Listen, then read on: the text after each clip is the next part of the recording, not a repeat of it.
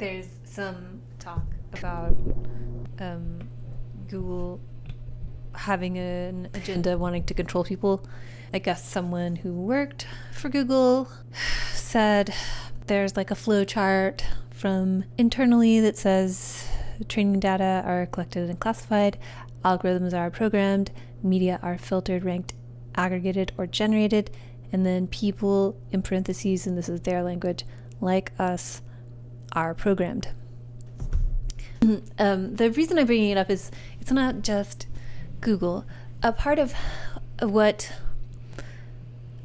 open source signals intelligence is, and the tokenization of everything, like it's token engineering that is really this. And there are videos, I guess, maybe I'll try to find one and link it below or something. But there are videos where like token engineering people say, like excitedly, you can encourage behaviors through this. And there's a quote from, I think this quote is from Stealing Fire by Pleasure. This is the quote. Pleasure is an endlessly motivating and potentially all-consuming pursuit. And they discuss this around the idea that the dystopia available to us, for the most part, not like totally, is more like the Brave New World version and less like the 1984 version, even though there's plenty of that going around. Mostly, the future is gaming, tokenization of everything, which is easy to do through gamification. But with that, it also gives you the power to direct things in the direction you want. And there's the father of cybernetics is named Stafford Beer, and he even said something along these lines that's like the control it's not like bullying people into doing things, it's gently steering them. So I guess the news this week is that someone has come forward saying that like pointing the finger at Google, but it's every any big data entity. So this week it's mostly tech themes that I want to talk about. So there's that one: gamification, token engineering, and control. Gently steering things in the direction you want them to go through pleasure and encouragement, not through like mandates, because mandates piss people off. But the nature of the world, like what's coming, is we have all this mass dispossession and traditional jobs are going away. And I talk a lot of shit about crypto, and I felt a little too mired in my criticism, so I'm starting to listen to people, mostly women, who are like really into crypto and positioning it as a way to achieve financial freedom. And there's no, like, one of them I have been listening to, one of the people I've been listening to has even spoken about having studied critical theory, which looks at systems of power. And there's no discussion about the like behavioral encouragement system that is a main benefit of token engineering. And there's no talk about the ways that the permanence of blockchain can be taken advantage of. When the world changes, opportunities for different people change. So there's absolutely, when technologies and paradigms shift, there are always new ways to play, and it's going to open up opportunities for more people. I think an equal amount of people are going to be caught off guard by the potential for control and the potential to be controlled without knowing it, making things sound like they were your idea. Of course, the point isn't to like limit people and make them miserable. The point is to steer things in the direction of like whoever's doing the steering, whatever they want. But naturally, that's going to place restrictions on people. Cryptocurrency, which is not the extent of what blockchain is, certainly expands some opportunities for some people, but it's not like the freedom vector that keeps being talked about, like, at all. Unless I'm missing something, and you can add a comment about what I'm missing. Tell me why everything I'm talking about isn't being talked about by any crypto expert in a cautionary way. If I wanted to be a crypto expert, I would probably get shunned. Because one thing that happens when you criticize the system is people will be like, well, what's the solution? You want to go back to the old way, like the old Pluto and Capricorn way? So it's like, those are my only choices. So now we're being presented with a solution. It's blockchain. It's the same shit, different day, and different opportunities for different people. It's exciting and new and very interesting, and like the extreme technical nature of it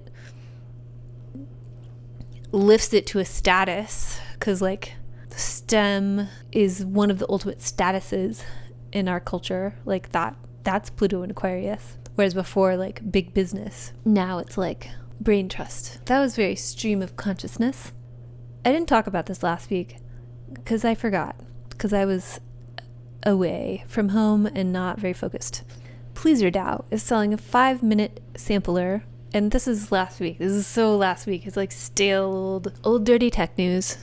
They're selling a 5-minute sampler of Wu-Tang's album Once Upon a Time in Shaolin. The album can't be released because of some Martin Scarelli, crypto row, finance, corruption, drama. I'm not even going to get into that part because that's not really what's interesting to me. What's interesting to me is the drama and hype around it. You can engineer things without making everything happen. You can just pull the strings to allow, like, invite some drama, and then it just like goes on its own. I'm interested in marketing because everybody has to do it. The metaverse is our new economy. I'm not criticizing this, and I'm just like, I'm describing it to you with a critical eye. Okay? So anyway, there's just like this whole backlog of drama, which is genius. And, you know, not every single detail has to be orchestrated. You can just step into the ring to invite some drama and go from there, especially if you're Wu-Tang Clan.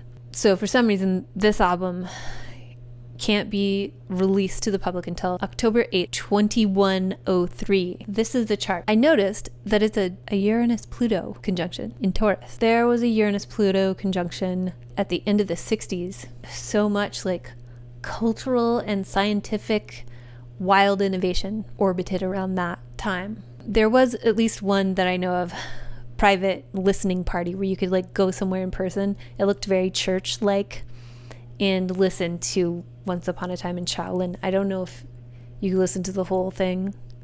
I'm assuming you could, but that's an assumption. So the last time this album was played publicly, I guess, was March 2nd, 2015. 150 people were invited to listen to it, and then it was like sold or something, and then the finance bro drama happened. But this is the chart for March 2nd, 2015. And what's really interesting is Uranus and Pluto are squaring exactly. That was the closing square. Once Upon a Time in Shaolin is a Uranus-Pluto joint. The founders of Wu-Tang, the first Dao, an early Dao, Wu-Tang Clan. I feel like if I really do the math, those guys must have the Uranus-Pluto conjunction in their charts. Okay, so the other thing is that each $1 sale of the 5-minute sampler being sold by PLUTO, who owns the album, brings the release 88 seconds closer to being released. Pretty genius that you're getting me to talk about an album I've never heard. PLUTO bought the album from a government auction and acquired it through 2 payments totaling almost $5 million. For almost $5 million, a decentralized autonomous organization bought a Wu-Tang album from the US government. I've talked about it for several minutes. There is so much lore around this album. Let that be a lesson in marketing. It's genius. I'm not criticizing it. I'm going to talk about the Stonehenge thing for a minute because that's also interesting marketing. But I guess the Stonehenge people also did something with threw orange paint on a plane. Am I getting this right? They threw orange paint on her plane, like spray painted it. And I want to know, who are these randos who are able to get on the tarmac? Those people are connected. And there's more cyber attack stuff ramping up. This piece of software called TDK that is in use by many car dealerships, tanked and was attacked, and then the car dealerships couldn't do anything. But so it's coming. If you watch my special report it's about decentralized physical infrastructure networks and how that's going to onboard everybody into Web3. And that's not my idea. That's an idea that came from ETH Denver. I just connected it to everything happening in Gemini, trining Pluto in Aquarius. So there was a lot of stuff like at the end of spring happening in Gemini, and then next summer Uranus will enter Gemini. And I'll just keep noting, Coca-Cola uses Splunk. Splunk is an observability security platform. You can see what's going on. Big companies use it. There's no excuse for our infrastructure to be so exposed. Like, Coca-Cola can keep their stuff safe. Critical infrastructure can be safe. We have the technology.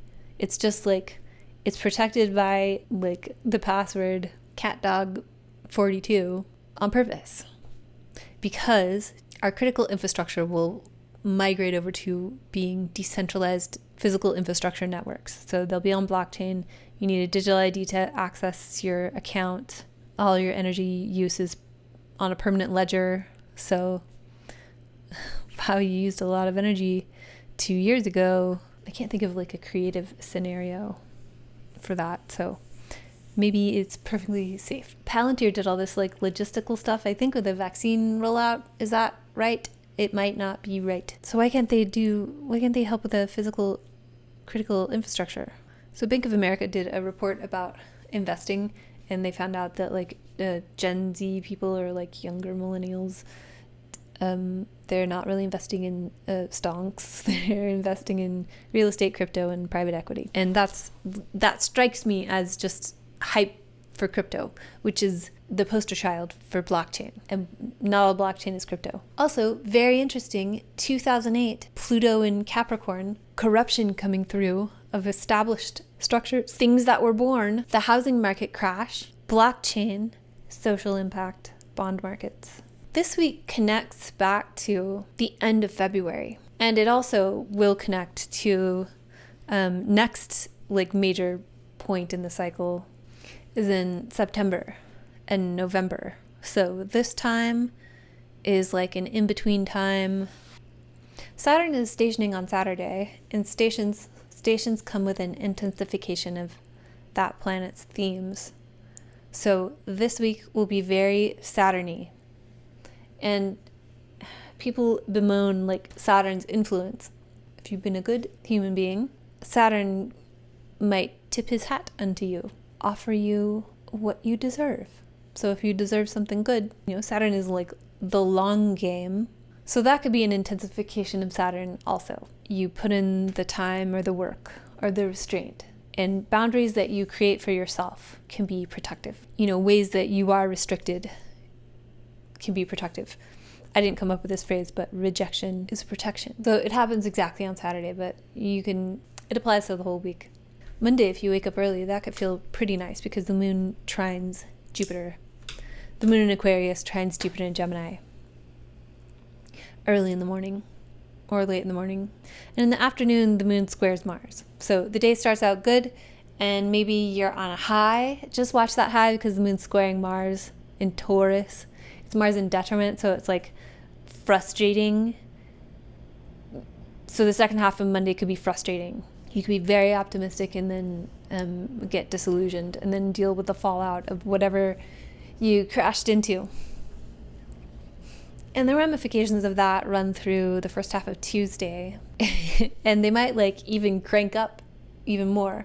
They might like ratchet up because the moon squares Uranus at the end of the day. Late afternoon, evening. Late at night, the moon moves into Pisces. So a little more chill and more somber because Saturn's in Pisces. And the moon is also in Pisces Wednesday. So the moon, activator of the zodiac, the moon is present in Pisces when Mercury in Cancer trines Saturn in Pisces. So Mercury, having a technical knowledge like Mercury in Cancer is biohybrid computing. Trining Saturn, Mercury is making use of biohybrid technical knowledge and making responsible use of it. Or like if you have knowledge of something or some type of skill set. Cancer is a very intuitive territory. Mercury in Cancer is good at making people feel comfortable, I've noticed, if you're a moony person, I guess. It can sense what is needed. Emotional intelligence. Use of your soft skills. And if you have the soft skills, don't keep them to yourself. Like, you have a responsibility to do something with them, or you'll be called into service. The use of your soft skills. There might not be a lot of talking.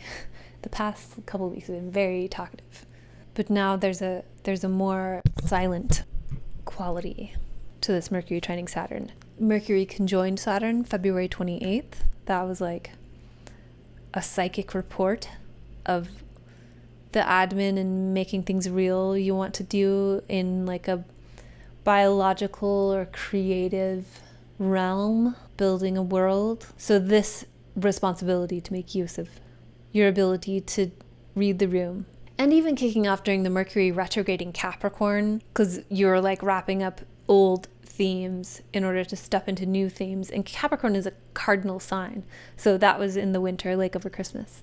And the rest of Wednesday is pretty busy. Moon in Pisces squares Jupiter in Gemini. You want to chill, but there's exploration to be done and inspiring conversations to be had. And you want to be sentimental or filled with... It's Saturn's in Pisces, so you're in a glass box of emotion, but it's governed by like how inspired you are by the facts. So there's a friction there.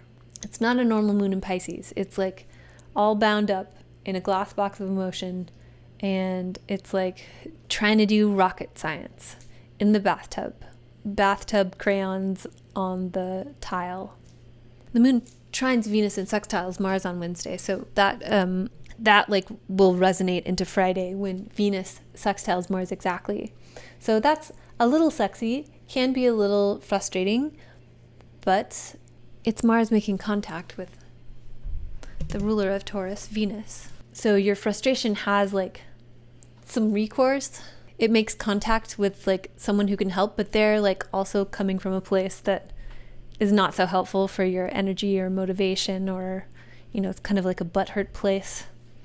So there's a very like, the Mars quality has the potential to be like pretty shitty this week. But if Mars is going to be in shit condition, a sextile with Venus isn't that bad. And Mars is going to be in scary condition, which I hate for myself. So you might like take a little note Wednesday evening / night and Friday, because a granule of that could connect to what's coming this winter. And that's like over the holidays into early next year. Actually, the whole first quarter of next year. So take note. Wednesday and Friday. On Thursday, the moon conjoins Saturn, so wake up early. Saying this for myself. And the moon trines Mercury, so that's on Thursday morning. We have an echo of what was happening Wednesday with the making things real, emotional intelligence, responsibility to use your technical knowledge, responsibility to get a thing from place to place or feed the baby. And the moon sextiles Uranus in the evening on Thursday, so that's it could be a fun little jolt. It's a sextile between ambivalent planets. I mean, the luminaries are good. They're not benefics, but I consider them good. And Uranus, which is neutral. In benefic ruled signs. So a little zap of excitement on Thursday. And then a chill anesthetic quality later in the evening. So you have some fun, and it's like sedating, because in the wee hours, Thursday to Friday, the moon conjoins Neptune in Pisces. And Neptune's at the very end of Pisces. And then maybe you have a second wind. Maybe there's an after party, because late at night, the moon moves into Aries. That's mostly the West Coast, the after party vibe. And the moon sextiles Pluto also early in the morning. I don't know, maybe you stay up all night.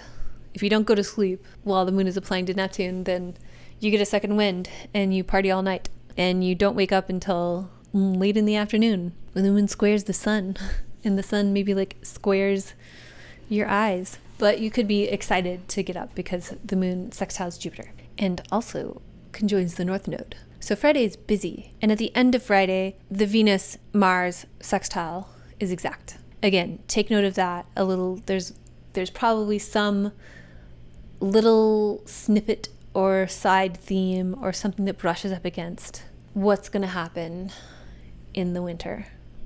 And it also connects back to Wednesday. And again, Saturn is stationing. Saturn stations retrograde in the afternoon on Saturday. If you're in North America, the moon also squares Venus in Cancer. And the moon in Aries wants to go and be stimulated. And Venus in Cancer and Mars in Taurus aren't really doing that. They're being chill, and Mars doesn't want to be chill. So it's the moon working for Mars, being in Aries, like wanting to just go. And Mars, its ruler, isn't helping. It's not like, it doesn't have the energy that it should in this territory. So it might be like one dynamic wants to go, and another dynamic wants to chill and enjoy a grilled cheese sandwich with tomato soup with a teddy bear, or do like a nice lie down hypnosis meditation with a weighted blanket, because Venus is trining Saturn. Not exactly, but Saturn is stationing retrograde. And again, Saturn stationing retrograde is roughly Saturn's trine with the sun, which comes a little later. It marks the beginning of the middle of the sun's cycle with Saturn. And both the sun and Saturn have sort of a management quality, although the sun is like leadership that emanates from it, like the leadership naturally constellates around it through its vital force, and Saturn imposes that management kind of from the top down. So they can work together. There's just like some restriction, and like Saturn doesn't necessarily want to like lead with a heart and smile all the time like the sun gives. So like sometimes the sun's energy can sort of hit a dead end, and that's the Sun-Saturn cycle, but it's all about making things real. The beginning of a new cycle happens once a year. That happened back on February 28th, along with the Mercury-Saturn conjunction. So this week, they're both happening this week. So now connects back to February, and now you're really building. You're like on your way. If you've been building something since then that connects with like the Saturn-ruled parts of your chart, Capricorn and Aquarius, and the Sun-ruled part of your chart, Leo, whatever those mean for you, if you're trying to like do like the Amish barn raising, now's the time where you're like actually, you're putting the whole thing up and making sure it stays together.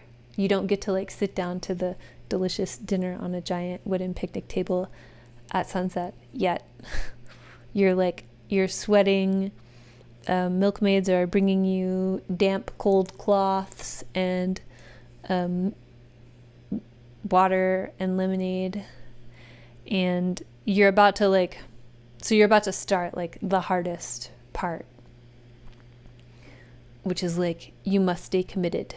Saturn retrograde. There will be opportunities for you to maybe slack off a little bit, and then you'll pay for that later. You won't pay for it during this time necessarily, or like things that you didn't prepare for earlier, like between February and now, they might come to haunt you during this time, and you'll have to deal with it, and it'll be a pain in the ass. Keep going. Saturn retrograde is from now through November 15th. We'll receive another intensification of Saturn, which rules Pluto bouncing between Aquarius and Capricorn during the United States election, so that's interesting. Saturn stationing right around the time Pluto goes back into Aquarius. Saturn ruling both Capricorn and Aquarius. That is interesting in terms of the contents of my special report on critical infrastructure. That is interesting in terms of my special report on critical infrastructure. Another little signpost in between that time, kind of like the middle of the Saturn retrograde, will be the Sun's opposition with Saturn, which happens on September 7th.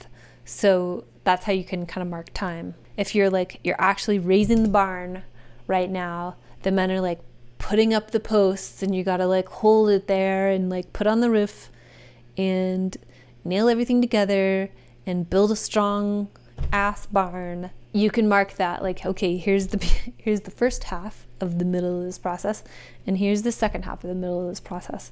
In the middle, we'll take a ice water break. And take this process seriously, because in 1 year, like when this process repeats next year, the Saturn retrograde next year, things are going to be really, really different. There's going to be a lot of very new things. Saturn's entering a cardinal sign, so new things starting. Maybe all of a sudden, Uranus is having a sign ingress next summer also. Fortify whatever you're doing or not doing, whatever you want. Build fortifications and build a strong foundation and cultivate resilience. Things like my Reiki teacher taught us this Qigong meridian tapping practice. And a part of the benefit is like about staying resilient. And that's something that Saturn can really help with, because Saturn will test things and try to make them break. And the stuff that doesn't break gets rewarded with steadfastness. It's its own reward, not breaking. You don't get like a ticker tape parade or anything. Or things like taking a cold shower. It's not fun, but over time in the shower, you take a cold shower until you like the cold water, then you can get out of the shower. You do it over and over again, so each time it's not so bad. You cultivate resilience. So whatever that means for you, that will be a big part of this also, because Saturn is coming for you next year. Whatever part of your chart is Aries. And what happens to the planet happens to the house. So the houses, whatever houses the signs of Aquarius and Capricorn are, they're going to be very affected by this Saturn and Aries, which I don't like for myself, but whatever. And Mercury also sextiles Uranus on this day. Mercury conjoined Uranus back on May 30th. So like late May, did you notice the last week of May was like very activated, especially if you're in a Mercury ruled year, mentally, with lots of crazy ideas.